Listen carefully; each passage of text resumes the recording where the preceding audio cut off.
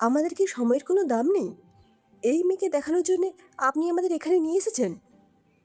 প্রচণ্ড উত্তেজিত হয়ে এই কথাগুলো বলতে থাকেন সঞ্জয়বাবু ঘটককে। একটু অপ্রস্তুত হয়ে ঘটক বলেন, মেয়েটার ফটোটা দেখে তো আপনারা সবাই পছন্দ করলেন।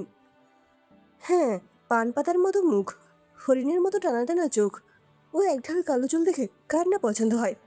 কিন্তু এত কালো রং, তা তো ফটোতে বোঝা যায়নি। আপনি কিন্তু মেয়েটিকে সামনে থেকে দেখেছিলেন, তাহলে আপনি জানেন না এমন কালো মেয়ে কি কারোর বাড়ির বউ হওয়ার উপযুক্ত? প্রচণ্ড উষ্মা প্রকাশ করে কথাগুলো বলতে থাকেন তথাকথিত শিক্ষিত বংশজাত সঞ্জয়বাবু, যিনি সমাজে ভদ্রলোক হিসেবে পরিচিত। কিন্তু এইসব কথাগুলো তিনি অকপটে বলে গেলেন যেখানে উপস্থিত সেই হতভাগ্য মেয়েটি সমেত কালো মেয়ে জন্ম দেবার অপরাধে অপরাধী তার বাবা ও মা। এই ঘটনাটা আজ প্রথমবার নয়। কৃষ্ণের সাথে এমন ঘটনা চলে আজ 2 বছর ধরে। কেউ মুখের ওপর বলে যান কি কালো মেয়ে, এখানে বিয়ে দেওয়া সম্ভব নয়। আবার কেউ বা ভদ্রভাবে অন্য কথা বলে সম্বন্ধটা ভেঙে দেন। তবুও কৃষ্ণার বাবা মা হাল ছাড়েন না। অজপাড়া গায়ের মেয়ে, যদি বিয়ে না হয় তাহলে পাড়া প্রতিবেশী আত্মীয় স্বজনদের কাছে মুখ দেখানোর কোনো উপায় থাকবে না। তাই মরিয়া হয়ে পাত্র খুঁজে চলেছেন তারা। বাবা মায়ের এরকম অসহায় অবস্থা কৃষ্ণাকে খুব ভাবায়। অথচ যে কালো রং নিয়ে তার জীবনে এত কষ্ট, সে কি কোনোভাবে তার জন্য দায়ী? কৃষ্ণের বাবা ও মা অতটা কালো না হলেও কৃষ্ণের গায়ের রং তার ঠাকুরদার মতো হয়েছে। তিনি পুরুষ মানুষ, তাই সমাজে তার কালো রং নিয়ে কোনো অসুবিধে হয়নি। বরং অনেকেই বলতো সোনার আংটি আবার বাঁকা। কিন্তু কৃষ্ণের জীবনে এই কালো রংটাই আজ অমাবস্যা থেকেও আরও বেশি কালো হয়ে উঠেছে। কৃষ্ণের এই অন্ধকারময় জীবনে এক টুকরো আশার আলো পাড়ার উমা বৌদি। কৃষ্ণ তার কাছে গিয়ে সুখ দুঃখের কথা ভাগ করে নেয়, সেলাই শেখে, ও কিছু রান্নাও। আবার কৃষ্ণাকে দেখতে আসে আরেক পাত্রপক্ষ। বাড়ির সবার সঙ্গে কৃষ্ণও অপেক্ষা করছে তার ভাগ্যে কি নির্ধারণ হয় আজ। করুণ মুখে পাত্রপক্ষের দিকে তাকিয়ে থাকে কৃষ্ণের বাবা ও মা। হ্যাঁ, কৃষ্ণাকে তাদের পছন্দ হয়েছে, তবে কালো মেয়ে বলে সোনার গয়না সমেত 50,000 টাকার বিনিময়ে। তাদের কথায় স্পষ্ট করে বোঝা যায় পাত্র ভালো পেতে হলে ভালো দাম দিতে হয়, কারণ তারা ব্যবসায়ী পরিবারের লোক। তাই কোনো কিছু না ভেবেই বিয়েতে রাজি হয়ে যান কৃষ্ণার বাবা অনিলবাবু। কৃষ্ণার মনে আনন্দে দোলা লাগলেও বাবা কোথা থেকে এত টাকা জোগাড় করবে এই নিয়ে সে যথেষ্ট চিন্তিত হয়ে পড়ল। না, পুরো টাকাটা জোগাড় করতে পারেননি অনিলবাবু। এইদিকে বিয়ের নির্দিষ্ট দিনটা এসে গেল। পরের বাবা এক কথার মানুষ, তাই তিনি স্পষ্ট করে জানিয়ে দেন পুরো টাকা না দিলে এই বিয়ে হবে না। হাতে পায়ে ধরেন অনিলবাবু, কিন্তু কিছুই লাভ হলো না। বরং বরের বাড়ির আত্মীয়স্বজন ও বরের বাবার অনেক অপমান ও কটূক্তি শুনতে হলো তাকে।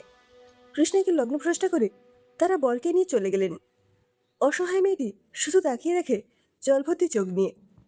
বাবা মার কান্না, প্রতিবেশীদের ও আত্মীয় স্বজনের সান্ত্বনা বাক্য, আবার কারুর বা ঠাট্টা, ব্যঙ্গ আর সহ্য করতে পারেন না কৃষ্ণা। এই দুর্বিষহ জীবন থেকে সে মুক্তি পেতে চায়। তাই রাতের বেলা সকলকে লুকিয়ে সে বাড়ির পাশের একটা পুকুরের পাড়ে এসে হাজির হয়। অনেকক্ষণ চুপচাপ বসে থাকে সে জলের দিকে তাকিয়ে। হঠাৎ একটা হাত এসে কৃষ্ণের হাতটা চেপে ধরে। যা ভয় করেছিলাম ঠিক তাই। কৃষ্ণ সম্বিত ফিরে পায় উমা বৌদির কথায়। বৌদিকে জড়িয়ে হাউ হাউ করে কেঁদে ফেলে কৃষ্ণা।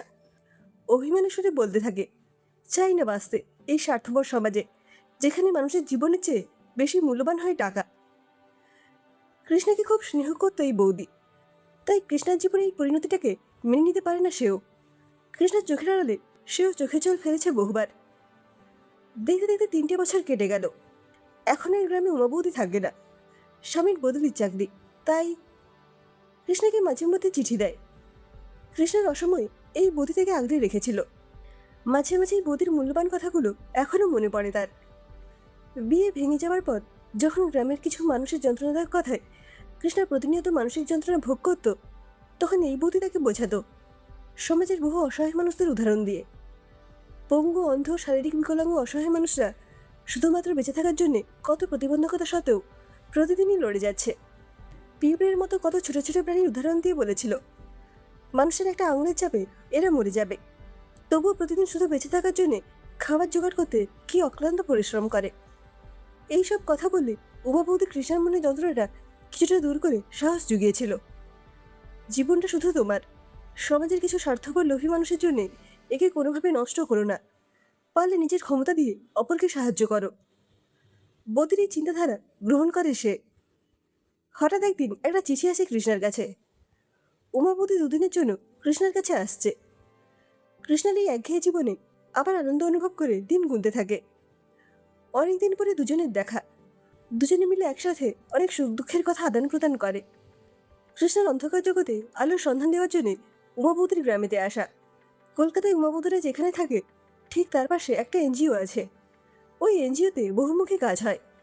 উমাবতীও কাজ করে ওই এনজিওতে, তাই কৃষ্ণাকে সে নিয়ে যেতে চায়। আপত্তি করেনি কৃষ্ণার বাবা উমা।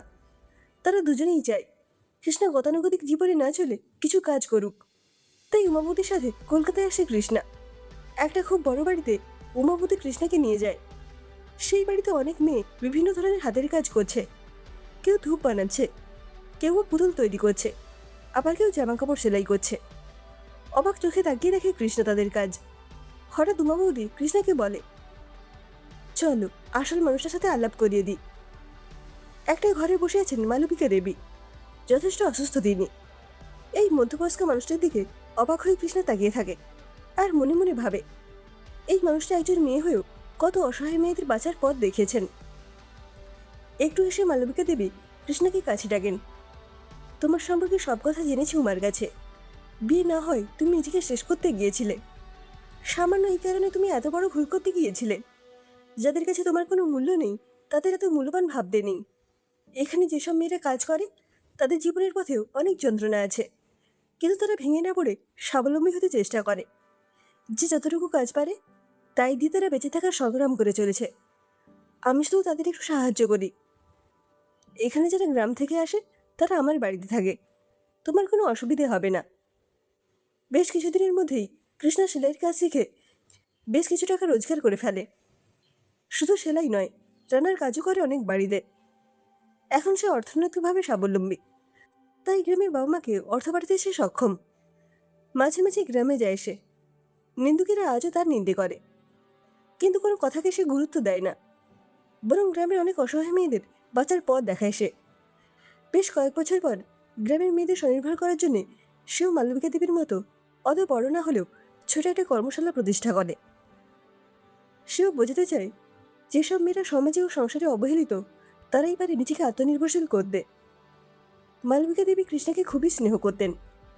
যেহেতু তিনি খুবই অসুস্থ, তাই তার কলকাতার এই এনজিওর ভারও তিনি কৃষ্ণাকে দেন। মাসখানেক হয়েছে উমাবতীর স্বামী পুরুলিয়ায় বদলি হয়েছেন, তাই বৌদিকেও যেতে হয়েছে। কৃষ্ণা এখন খুব ব্যস্ত তার কাজ নিয়ে। ছোট ছোট অনাথ শিশুদের নিয়ে আরও একটা এনজিও খুলেছে। কিছু সমাজসেবকও স্বেচ্ছায় অর্থ সাহায্য করে তাদের এই অনাথ আশ্রমে। কাজের চাপ যতই থাকুক না কেন, উমা বৌদিকে মাঝে মাঝে ফোন করে কৃষ্ণা। দেখতে দেখতে বহু বছর কেটে গেছে। একদিন উমা বৌদি এসে হাজির হয় কৃষ্ণার কাছে। বৌদিকে দেখে কৃষ্ণার আনন্দের পরিসীমা নেই। বৌদি ঠাট্টা করে বলে, বেশ তো এদের নিয়ে আছো। কৃষ্ণা হাসি মুখে উত্তর দেয়, ভাগ্যিস বিয়েটা আমার ভেঙে গিয়েছিল, তাই তো বৃহৎ সংসারটাকে চিনতে পারলাম নিজের ক্ষমতাকে, যা হারিয়ে যাচ্ছিল কিছু অর্থলোভী অমানবিক মানুষের সংসারে।